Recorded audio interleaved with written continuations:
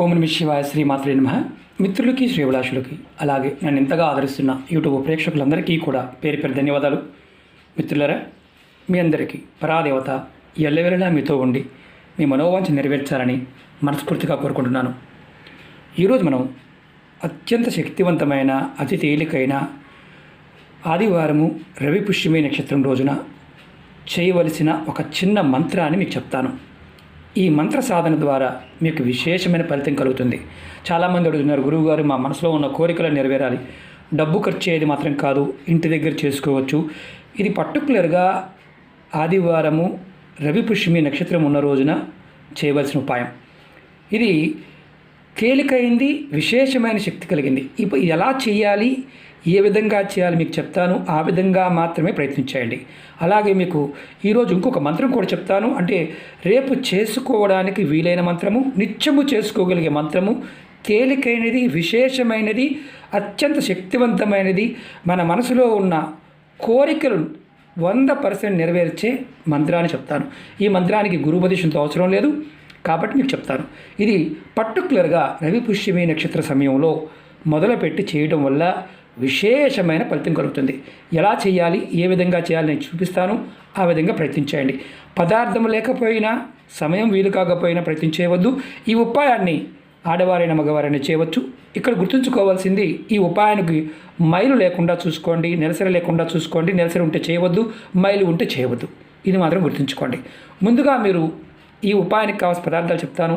ఇది పుష్యమి నక్షత్రం ఉన్న రోజున, అంటే ఇది 2 విధాలుగా చేయొచ్చు. పూర్వపక్షం, శుక్లపక్షం. అంటే మనకి ఆదివారము, అమావాస్య, పుష్యమి నక్షత్రం వచ్చింది. ఇది విశేషమైన శక్తి కలిగింది. ఈరోజు మీరు ఒక చిన్న మంత్రాన్ని ఒక దీపంతో వెలిగించి ఆ మంత్ర సాధన చేసినట్లయితే విశేషమైన ఫలితం కలుగుతుంది. అది సూర్య మంత్రం.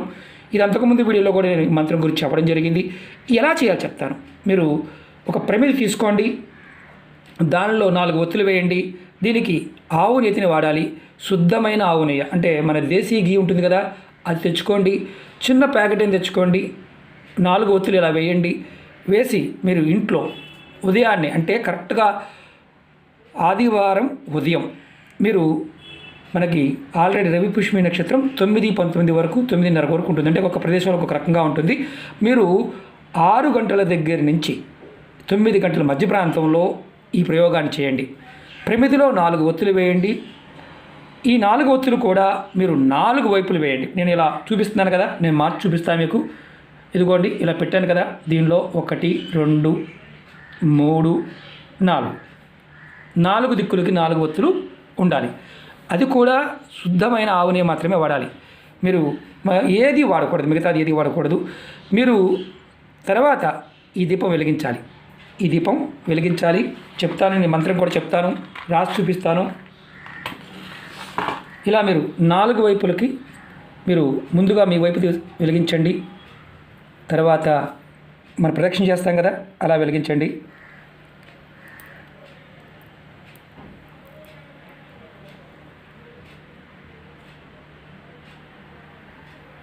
ఇలా 4 వైపులకి 4 ఒత్తులు వెలిగించండి. తెల్లటి ఒత్తులు మాత్రమే వాడాలి. ఇప్పుడు మీరు వెలిగించిన తర్వాత మీకు మనసులో ఏదైతే కోరిక ఉందో సంకల్పించుకోండి. ఇది ఉదయం పూట మాత్రమే చేయాలి, గుర్తుంచుకోండి. తర్వాత మీరు ఏం చేస్తారంటే, పసుపు కొమ్ములతో చేసిన మాల, ఇది నేను రెగ్యులర్గా వాడే చూపిస్తున్నాను. అలాగే మీకు పూజా వస్తువులు అమ్మే షాపుల్లో దొరుకుతాయి. దేవాలయ ప్రాంగణాల్లో కానీ పూజా వస్తువులు అమ్మే షాపుల్లో పసుపు కొమ్ములతో, ఇలాంటి పసుపు కొమ్ములతో చేసిన మాల అమ్ముతూ ఉంటారు. ఆ మాల తెచ్చుకోండి. మీకు పసుపు కొమ్ములు మాల అందుబాటులో లేకపోయినా సరే, మీరు ఇలా పసుపు కొమ్ముల్ని చిన్నగా మాల కట్టుకొని దాన్ని, అంటే ఒక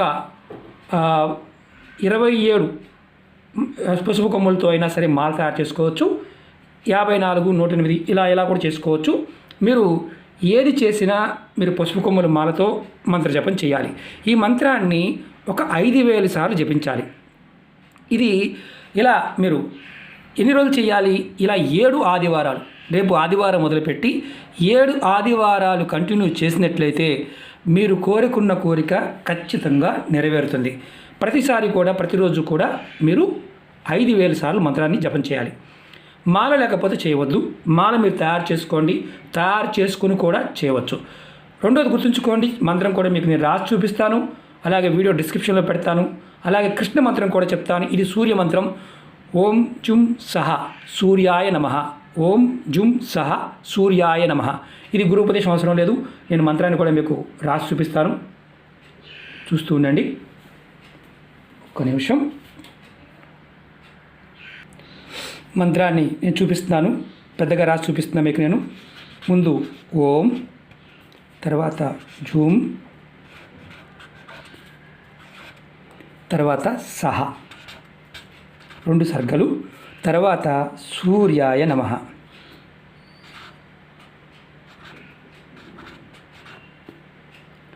కింద యావత్తు, తర్వాత సూర్యాయ నమః. ఓం జుం సహ సూర్యాయ నమః. ఈ మంత్రాన్ని మీరు ఈ మాలతో, నేను తయారు చేసుకున్న మాల మీకు చూపిస్తున్నాను.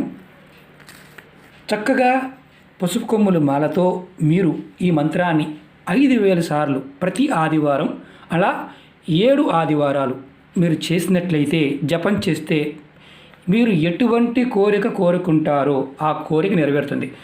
ఈసారి మీకు వీలు కాలేదు, నాకు ఈ ఆదివారం వీలు కాలేదు గురువుగారు, మరి ఎప్పుడు చేయాలి?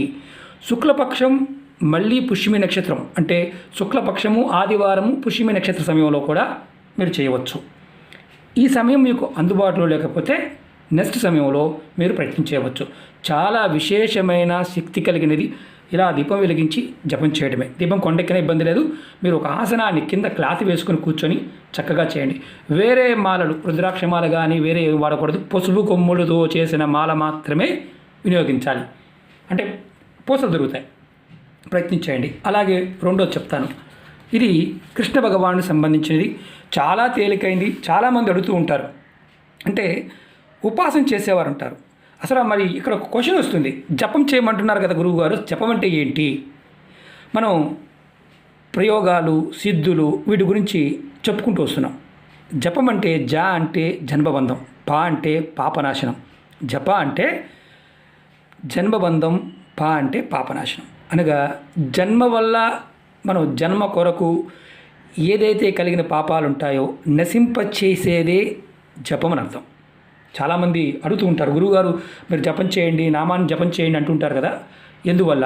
ఇలా మీరు ఈ సమయంలో ఏ జపం చేసినా అత్యంత శక్తివంతంగా పనిచేస్తుంది. ఈరోజు మీకు మేము ఏమీ చేయలేము అనేవారు, నేను ఒక కృష్ణ మంత్రాన్ని చెప్తాను. చాలా తేలికైంది, గురుపదేశం అవసరం లేదు.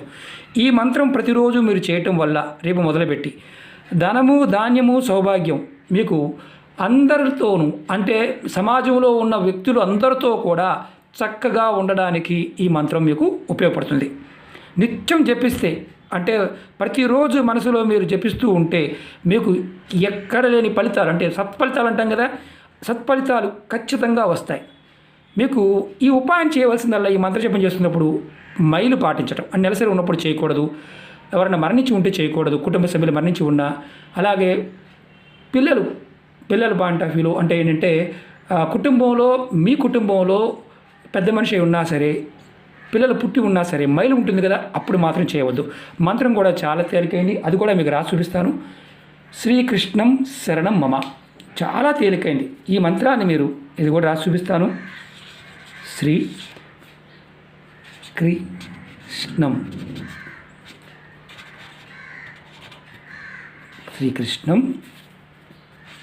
శరణం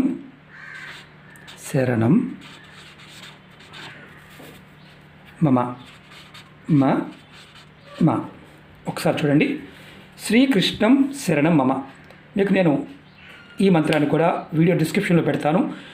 దీనికి ఓన్లీ ఈ మంత్రానికి చాలా తేలికైన మంత్రం.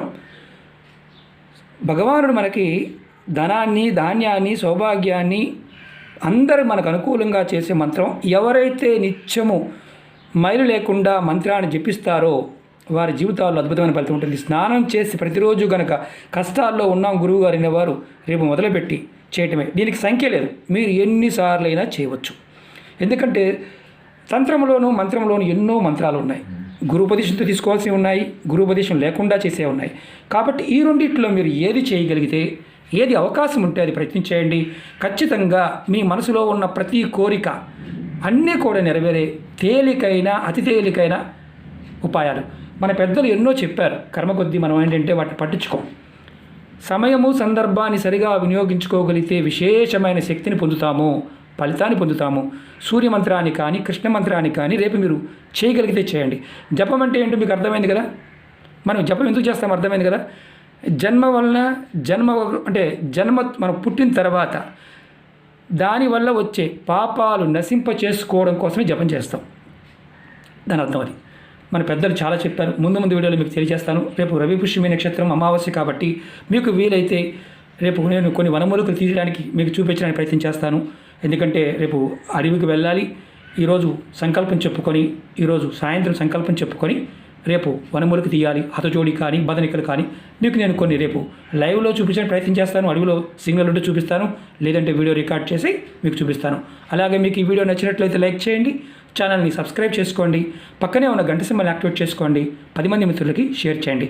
ఇందులో చెప్పిన విధానంలో మీకు అర్థం కాకపోతే పొరపాటు ప్రయత్నించేమాకండి. ఇది నా హంబుల్ రిక్వెస్ట్. ఓకే మిత్రులారా, ఓం నమః శివాయ, శ్రీమాత్రే నమః.